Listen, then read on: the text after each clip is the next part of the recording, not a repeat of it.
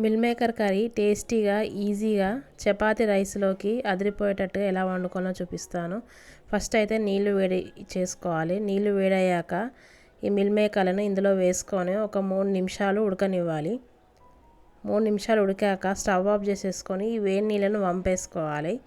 వేడి నీళ్ళను వంపేసుకొని ఇందులోకి చన్నీళ్ళు వేసుకోవాలి.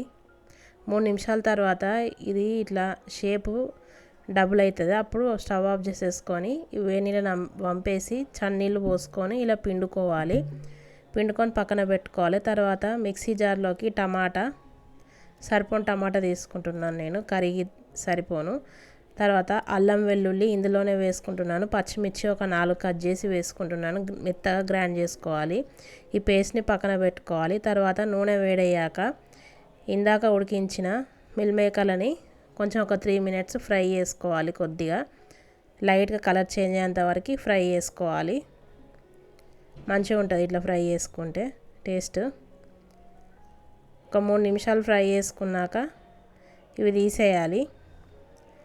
తీసేసి మళ్ళీ ఆయిల్ వేసుకొని ఆయిల్ హీట్ అయ్యాక జీలకర్ర వేసుకోవాలి. జీలకర్ర చిటపట్లాడాక ఉల్లిపాయ ముక్కలు చిన్నగా కట్ చేసుకొని వేసుకోవాలి. వేసుకొని వేయించుకోవాలి. ఉల్లిపాయ ముక్కలు మొత్తం రంగు మారేంత వరకు వేయించుకోవాలి. అప్పుడే కూర బాగా రుచిగా ఉంటుంది. ఇట్లా రంగు మారాక ఇందులోకి పసుపు వేసుకోవాలి. సరిపడా పసుపు వేసుకొని కలుపుకోవాలి. అల్లం వెల్లుల్లి ఆల్రెడీ టమాటాలో వేసి మిక్సీ జార్లో మెత్తగా పట్టుకున్నాం కాబట్టి అల్లం వెల్లుల్లి పేస్ట్ వేసుకోవట్లేదు. పసుపు వేసుకొని ఇందాక పట్టి పెట్టుకున్న టమాటా పేస్ట్ వేసుకొని కలుపుకోవాలి. మొత్తం కలిసేట్టుగా కలుపుకోవాలి. ఇట్లా కలుపుకున్నాక మూత పెట్టుకొని ఒక 5 నిమిషాలు ఉడకనివ్వాలి. టమాటా పేస్ట్ మంచిగా ఉడికేదాకా ఉడికించుకోవాలి ఒక 5 నిమిషాల దాకా. ఇట్లా 5 నిమిషాల తర్వాత కొద్దిగా మంచిగా టమాటా ఉడికినాక సరిపడా కారం వేసుకోవాలి. కొంచెం ఇంట్లో పట్టుకున్న మసాలా పొడి వేసుకోవాలి.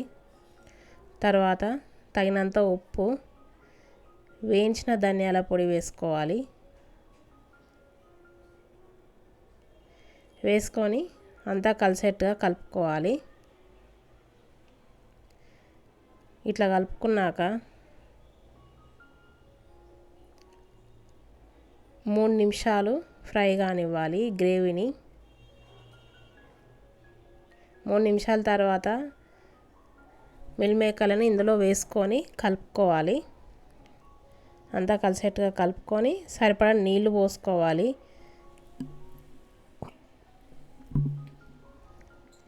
నీళ్లు పోసుకొని ఒకసారి కలుపుకొని ఒక 5 నిమిషాలు ఉడికించుకోవాలి. మంట మీడియంగా పెట్టుకొని. మూత పెట్టుకొని ఒక 5 నిమిషాలు ఉడికించుకుంటే సరిపోతుంది. అంతే, ఎంతో సింపుల్గా మిల్ మేకర్ కర్రీ తయారైపోయింది. రైస్లోకి చపాతీలోకి చాలా చాలా టేస్టీగా ఉంటుంది.